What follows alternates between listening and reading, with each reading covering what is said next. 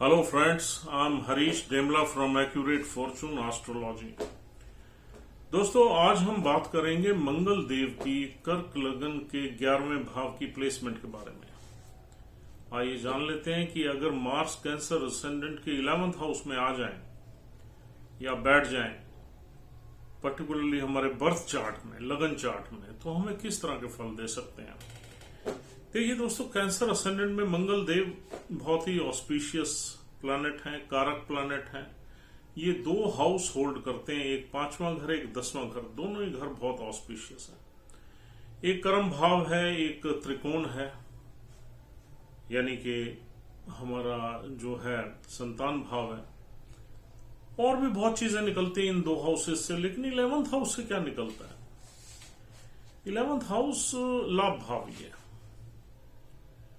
और 11th house से हम अपनी इच्छाएं पूरी होती हुई देखते हैं। हमारी डिजायर्स का घर है, हमारे ड्रीम्स का घर है, हमारी इच्छाओं का घर है। यानी कि लाइफ में जो हमने सोचा है, क्या वो हम प्राप्त कर पाएंगे, ये 11th हाउस बताएगा। हमारे गेन्स जो है लाइफ में अपने काम से, प्रोफेशन से किस तरह के रहेंगे। क्या हमारे गेन्स बहुत ह्यूज रहेंगे या बहुत ही कम रहेंगे, जिससे बस हम सरवाइव ही कर पाएंगे, ये 11th हाउस ही बताता है। इनकम का घर है, प्रॉफिट एंड बेनिफिट्स का, लाभ का घर है। अगर हम नौकरी करते हैं तो ये सैलरी का घर है, अगर हम बिजनेस करते हैं तो ये लाभ का घर है। डे टू डे लाइफ में जो हम फायदा कमाते हैं उसका घर 11वां घर ही है। और 11वें घर से हम छोटी मोटी बीमारियां भी देखते हैं, क्योंकि ये छठे से छठा, भावात भवम में छठे से छठा घर है। छठे घर से हम प्रॉपर बीमारियां देखते हैं, 8वें घर से हम सीरियस बीमारियां देखते हैं, और 11th हाउस से हम छोटी मोटी बीमारियां देखते हैं जो हम डे टू डे लाइफ में फील करते रहते हैं या बियर करते रहते हैं। और 11th हाउस एक ग्रुप ऑफ पीपल को रिप्रेजेंट करता है, बड़ी ऑर्गेनाइजेशंस को रिप्रेजेंट करता है, एक भीड़ को रिप्रेजेंट, मासेस को रिप्रेजेंट करता है। और बड़े सिबलिंग्स वगैरह भी हम यहां से देखते हैं, यानी अपने बड़े भाई बहन, बड़े कजन्स वगैरह भी 11th हाउस से देखते हैं।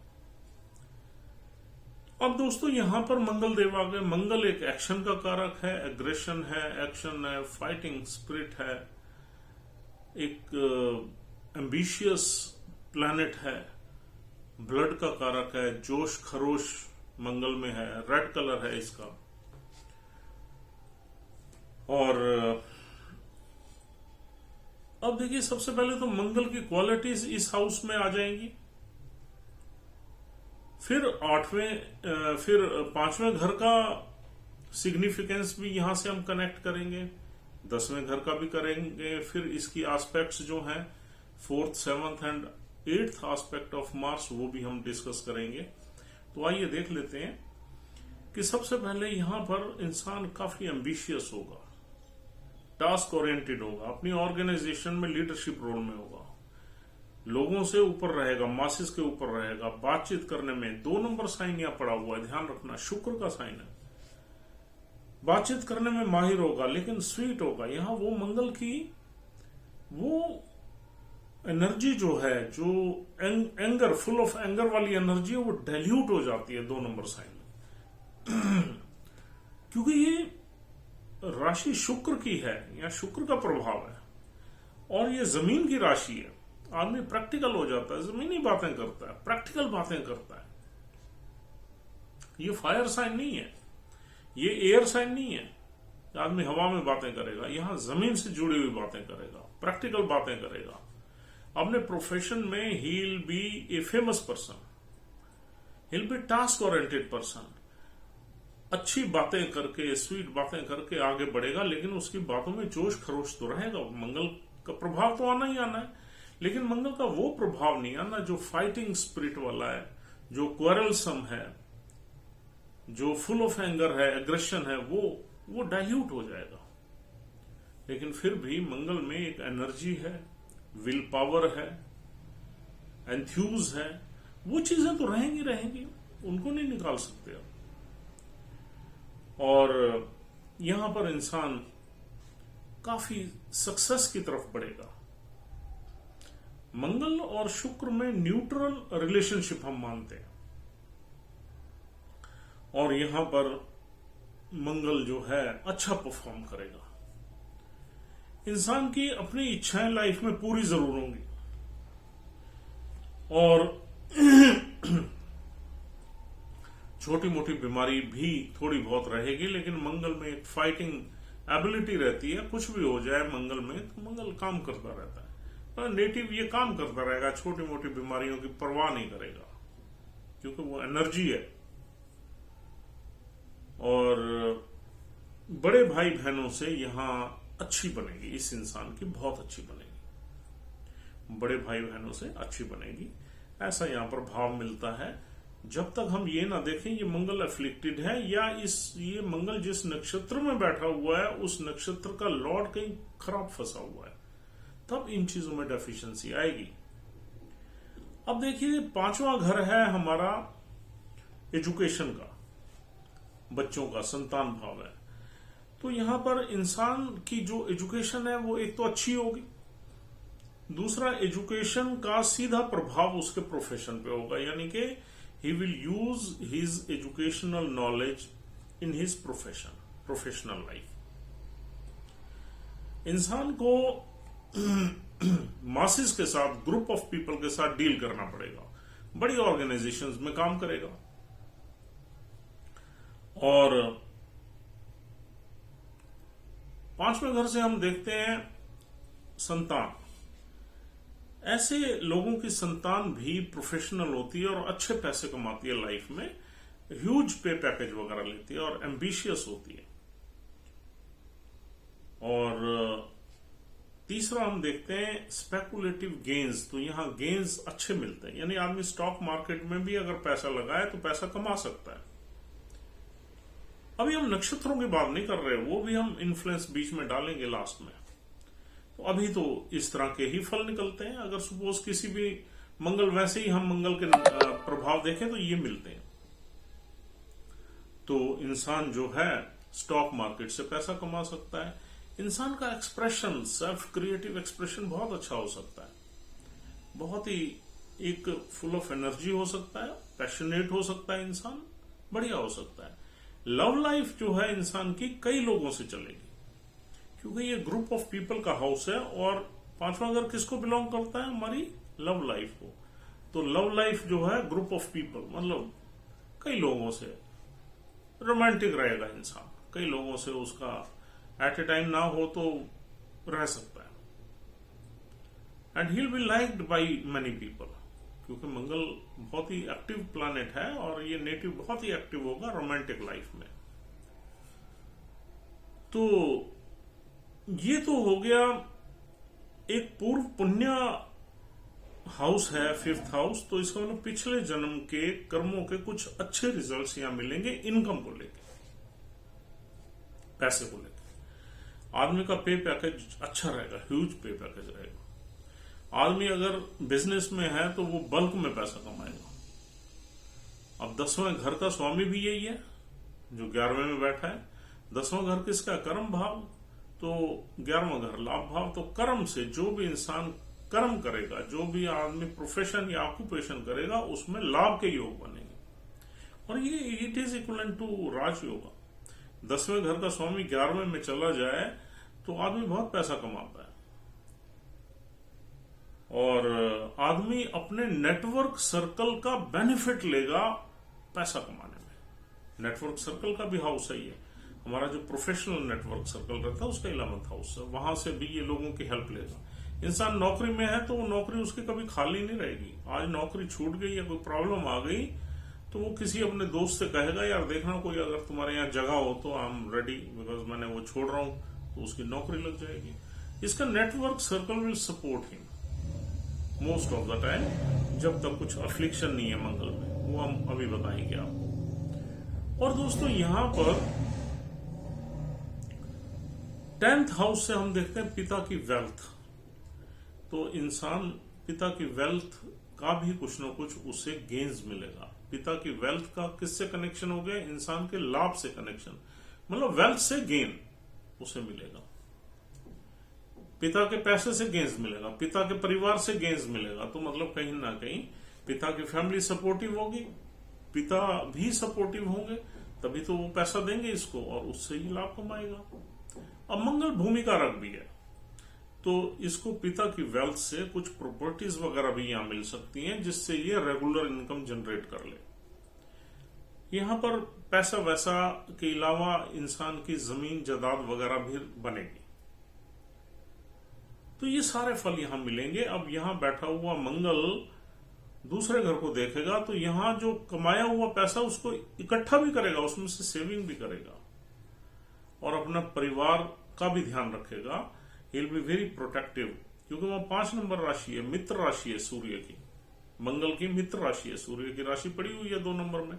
तो he will take care of that house, because Mangal सेनापति और सूर्य कौन है? राजा। तो he'll take care of his house as a duty bound soldier, और पैसा भी इकट्ठा करेगा, सपोर्ट भी करेगा। फूड हैबिट्स भी बड़ी रिच होंगी यहाँ पर इंसान की, क्योंकि शुक्र की राशि है और मंगल वैसे ही खाने पीने में तो मंगल का माहिर है। और दूसरा दोस्तों, इसकी जो एस्पेक्ट पड़ेगी 5वें घर पे, तो 5वें घर के बेनिफिट्स हमने बता ही दिए, वहां इसका एस्पेक्ट भी है, तो मतलब वो बेनिफिट्स भी लेगा और 5वें घर को ये मैनेज भी करेगा। He will manage his children, he will manage his education, he will manage his stock market investments and operations, he will manage his other activities, love life को भी मेंटेन और मैनेज करेगा। तो he will take care of everything. और छठे घर पे जो दृष्टि पड़ेगी, तो छठे घर से जो प्रॉब्लम्स आती हैं उनको हैंडल करेगा, उनसे फाइट करेगा, बीमारी से फाइट करेगा, कोई कोर्ट केस लिटिगेशन होगा उससे फाइट करेगा, उसको हैंडल करेगा और कहीं ना कहीं उससे उसको जो है उस पर एक एज रखेगा, उसको जीतने में भी, लिटिगेशन को जीतने में एफर्ट मारेगा, क्योंकि मंगल तो है ही एक्शन ओरिएंटेड। और वहां पर राशि भी 9 है, जो मित्र राशि है मंगल की, गुरुदेव की राशि है। तो वहां छठे घर से जो ऑब्स्ट्रक्शंस हैं, कोर्ट केस है, डिस्प्यूट्स हैं, बीमारियां हैं, लिटिगेशंस हैं, लोन्स हैं, एडवांसेस हैं, उनको आदमी लेगा तो जरूर, क्योंकि वो एक्टिवेट हो जाएगा घर, उन चीजों वो चीजें मिलेंगी तो जरूर, लेकिन उनको मैनेज कर लेगा। अगर लोन लिया है तो he will manage it, he will repay it on due date. और अगर कोई बीमारी आ गए तो उसे मैनेज कर लेगा, उसे बियर कर लेगा। अगर कोई डिस्प्यूट हो गया तो रिजॉल्व कर लेगा, कोर्ट केस हो गया तो उसे जीतने की कोशिश करेगा, जीत भी जाएगा। तो इस तरीके से छठे घर के प्रभाव को भी यहां बैठा हुआ मंगल मैनेज करेगा, क्योंकि ये एक अच्छी प्लेसमेंट है। This is one of the best placements. अब देखिए जल्दी से देख लेते हैं यहाँ नक्षत्र यहाँ 3 मिलते हैं। पहला नक्षत्र कृतिका नक्षत्र है सूर्य का, और सूर्य और मंगल में अति मित्रता है। कृतिका नक्षत्र के 3 चरण मिलते हैं, यहाँ दूसरा, तीसरा, चौथा। अगर कृतिका नक्षत्र में मंगल देव है और सूर्य की प्लेसमेंट अच्छी है आपके चार्ट में, तो ये फल बिल्कुल एज इट इज मिलेंगे जैसे हमने डिस्कस किया। और अगर सूर्य की प्लेसमेंट खराब हो गई तो इन फलों में कमी आ जाएगी और कहीं ना कहीं हमें कुछ न कुछ ऑब्स्ट्रक्शंस, डिफिकल्टीज, प्रॉब्लम्स फेस करनी पड़ेंगी इन फलों को लेने के लिए। एक संघर्ष में जीवन में से निकलते हुए हमें ये चीजें मिलेंगी, लेकिन मिलेंगी, क्योंकि मंगल अपने फल तो देगा ही देगा, फाइट करके देगा, ऑब्स्टेकल्स फेस करके देगा। और दूसरा नक्षत्र यहां आता है रोहिणी नक्षत्र। बहुत ही अच्छा नक्षत्र है, चंद्र का नक्षत्र है, चंद्र का ही लगन है। चंद्र की प्लेसमेंट अगर अच्छी होगी और यहां मंगल देव रोहिणी नक्षत्र में है, तो यहां पैसे से भरमार लगा देगा। रोहिणी नक्षत्र बहुत ही वेल्थ और रिचनेस का नक्षत्र है और प्राइड का नक्षत्र है। तो यहां पर इंसान थोड़ा प्राउड रहेगा और अपनी अचीवमेंट्स पे उसको गर्व रहेगा और वेल्दी रहेगा। Will be very very rich and wealthy. Rohini नक्षत्र में अगर यहां मंगल देव है और चंद्र की प्लेसमेंट अच्छी, चंद्र ऊंच का ही बैठ गया, यहीं बैठ गया, लक्ष्मी योग बना देगा। लगन में बैठ गया, बहुत अच्छा है। दूसरे में बैठ गया, बहुत ही जबरदस्त रहेगा। चौथे में बैठ गया, पांचवें में बैठ गया। तो ये सारे के सारे जो पांचवें में तो नीच का हो जाएगा, लेकिन पांचवा घर अच्छा है, मंगल का ही राशि है, फिर वहां नीच का हो जाएगा, थोड़ा वहां डेफिशिएंसी क्रिएट हो जाएगी। तो कहने का मतलब और किसी भी घर में बैठ जाए मंगल, बस चंद्र नक्षत्र का लॉर्ड, बस वो छठे, आठवें, 12वें में ना जाए तो यहां पर बहुत अच्छा योग बनेगा, और तीसरे में भी ना जाए तो अच्छा रहेगा। और दोस्तों तीसरा नक्षत्र यहां है मृगशिरा, जिसके 2 चरण मिलेंगे। मृगशिरा नक्षत्र मंगल का अपना ही है, मंगल का ही आप प्लेसमेंट देख रहे हैं, उसमें किसी को देखने की जरूरत नहीं, उसमें आप बस चंद्र को देख लीजिए। लगन का स्वामी सॉलिड है तो लगन ने तो लेना ही है ना, बाकी सब हाउसेज ने देना है। अगर लगन स्ट्रांग है तो लगन will receive the benefits of every house. तो दोस्तों ये सारी चीजें यहां मिलेंगी। अगर मृगशिरा में मंगल बैठा है तो फिर हमें मंगल तो अच्छा बैठा ही है, बस सिर्फ हमारा चंद्र को देखना है। चंद्र अच्छा है तो फिर ये सारे फल आपको मिलेंगे ही मिलेंगे। तो दोस्तों इस तरीके से ये फल आपको प्लेसमेंट देगी। उम्मीद करता हूं ये डिस्कशन आपके लिए यूजफुल है। If you are liking our videos, please try to subscribe our channel. This is a request, and we'll see you soon. Thank you very much for watching this video patiently, and have a nice time. Take care of yourself and your parents. Thank you very much.